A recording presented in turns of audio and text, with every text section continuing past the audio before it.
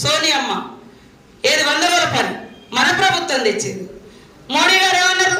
గిన్నెలు కొట్టండి లైట్లు వెలిగియండి అన్నారు. మరి గిన్నెలు కొట్టి లైట్లు వెలిగితే కరోనా పోయిందా? ఆకలి తీరిందా? కాబట్టి వాళ్ళు ఏం చేసి 10 ఏళ్ళని అడిగితే అక్షింతలు ఇస్తున్నారు. ఏమని అంటే హిందూ ముస్లిం మైనార్టీ, హిందూ ముస్లిం మైనార్టీ, ఇదే పంచాయతీ. అరే ఈ దేశం ఉన్నప్పుడే, బ్రిటిష్ వాడు ఉన్నప్పటి నుంచే అన్ని మతాలు ఉన్నాయి. కాబట్టి అందరి యొక్క హక్కులను కాపాడుతూ రాజ్యాంగాన్ని రచించిండు అంబేద్కర్ గారు. ఇవాళ అంబేద్కర్ రచించిన రాజ్యాంగాన్ని కూడా మార్చాలని ఈరోజు బీజేపీ ప్రభుత్వం. ఆ రాజ్యాంగంలో కేవలం ఎస్సీ ఎస్టీలకే లేదు, ఎస్సీ ఎస్టీలకు రిజర్వేషన్ ఉంది. కానీ మనిషి అనుకునే ప్రతి ఒక్కరికి ఒక హక్కు ఉంటుంది. మార్చి 15 వచ్చింది, జూన్ 4 దాకా ఈ లోపు ఏ పని చేయడానికి లేదు. ఓ రోడ్ వేయడానికి లేదు, ఓ నీళ్ళు వేయడానికి లేదు, ఓ బడికి పోవడానికి లేదు. అధికారులు ఏం చేస్తారు? హాస్పిటల్ విజిట్ చేయడానికి లేదు. కలెక్టర్ ఏం చేస్తున్నారో మాట్లాడడానికి ఏమి లేదు. ఇన్ని రోజులు అంటే స్వతంత్రం వచ్చిన తర్వాత 52లో జరిగినటువంటి ఎన్నికలలో 68 దశలు. అప్పుడు స్వతంత్రం వచ్చింది. ఏ ప్రాంతం ఎక్కడుందో, కరెంట్ ఉందో, రోడ్డు ఉండదు, వ్యవస్థ ఉండదు, అధికారులు తక్కువ ఉంటారు. అలాంటి పరిస్థితి ఎక్కడుండదో దాని తర్వాత అంత లాంగ్ టైం తీసుకున్న ఎలక్షన్ ఇదే.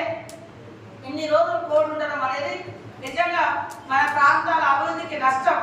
లేకుంటే ఇప్పటి వరకు అందరికీ ముగ్గురు పోసేది ఇల్లులు కట్టుకునేటోళ్ళు. అదే విధంగా ఇంకా రైతు బంధు మిగతా వాళ్ళవి కూడా ఏదైతే ఉన్నాయో అవి కూడా పడేది. కొంత రుణమాఫీకి అవకాశం స్టార్ట్ చేసేది. అదే విధంగా ఇంకా చాలా పథకాలు ఏవైతే ఉన్నాయో అవన్నీ అమలయ్యేది. కానీ ఖచ్చితంగా ఈ జూన్ తర్వాత మన నియోజకవర్గంలో కూడా అభివృద్ధి పరిగెడుతుంది. మేము కూడా కూర్చోవడానికి డెవలప్ చేయాలనే లక్ష్యంతో పరిగెడుతున్నాము. నాకు తోడుగా అన్నమయ్య బలరామన్న కూడా ఉంటే ఖచ్చితంగా కేంద్రం నుంచి మనకు అనేక నిధులు వస్తాయి. ఇవాళ బీజేపీ వాళ్ళు ఏదో చెప్తున్నారు మేమే వస్తామని. ఎక్కడైనా 10 ఏళ్ళే మోడీ గారు చెప్పుకున్నట్టే కేసీఆర్ గారు కూడా మాకు 90 సీట్లు వస్తాయి, 105 సీట్లు వస్తాయని కూడా చెప్పిండు. కానీ ఏమైంది? 65 సీట్లతోటి మనం ఇవాళ అధికారంలోకి వచ్చినాం. వాళ్ళు ఎక్కువ చెప్పుకుంటారు కానీ మనం తక్కువ చెప్పుకుంటాం, ఎక్కువ పని చేసుకోవాలి. కాబట్టి ఇంకా మన గ్రామాలలో ఫారెస్ట్ సమస్యలు కానీ ఇవన్నీ మాట్లాడాలంటే సెంట్రల్లో మరి బలరామన్ ఉండాలి. ఆయన ఒక అనుభవజ్ఞుడు, గతంలో మంత్రిగా చేసిండు. ఏ శాఖ ఎక్కడ ఉంటుంది, ఏది ఎక్కడ ఉంటుంది.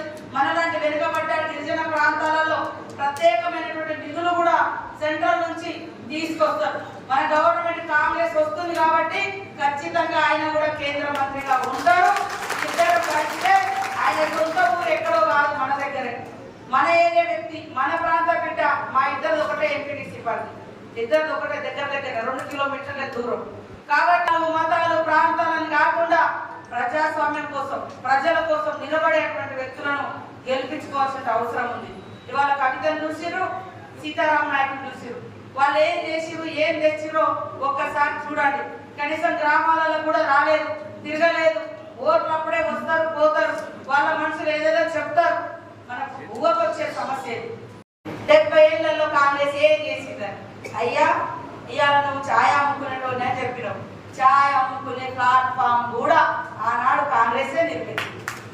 ఇవాళ నువ్వు ఛాయ్ అమ్ముకొని ఒక ముఖ్యమంత్రి అవ్వడానికి, ఒక ప్రధానమంత్రి అవ్వడానికి ఆ స్వేచ్ఛనిచ్చే రాజ్యాంగాన్ని రచించింది కూడా కాంగ్రెస్ ప్రభుత్వమే. డాక్టర్ బిఆర్ అంబేద్కర్ గారి ఆధ్వర్యంలో మీరేమిచ్చారు? గొంతు నొక్కుతున్నారు. వనరులన్నీ కూడా ఇప్పుడు మన ఏరియాలన్నీ కూడా మరి ఆదాని అంబానీలకు మైనింగ్ కట్టబెడుతున్నారు.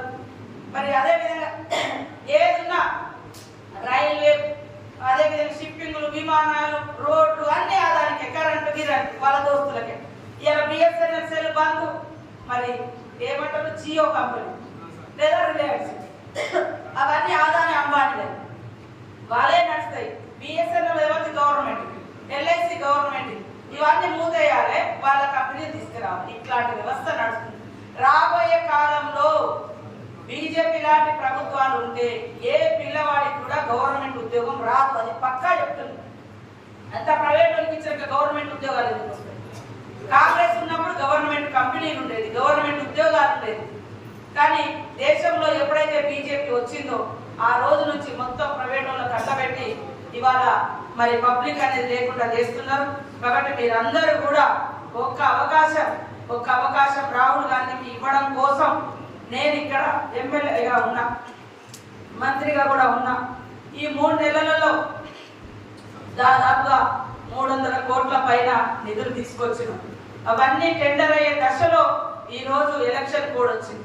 ఎంత దురదృష్టం అంటే 1952లో మనకు స్వతంత్రం వచ్చిన తర్వాత జరిగిన ఎన్నికలు దాదాపుగా 68 దశలుగా జరిగింది. చాలా టైం తీసుకుంది ప్రపంచంలో. ఆ తర్వాత అంత ఎక్కువ టైం తీసుకునేది మన ఈ ఎన్నికలే. 7 దశలే కానీ దాదాపు 70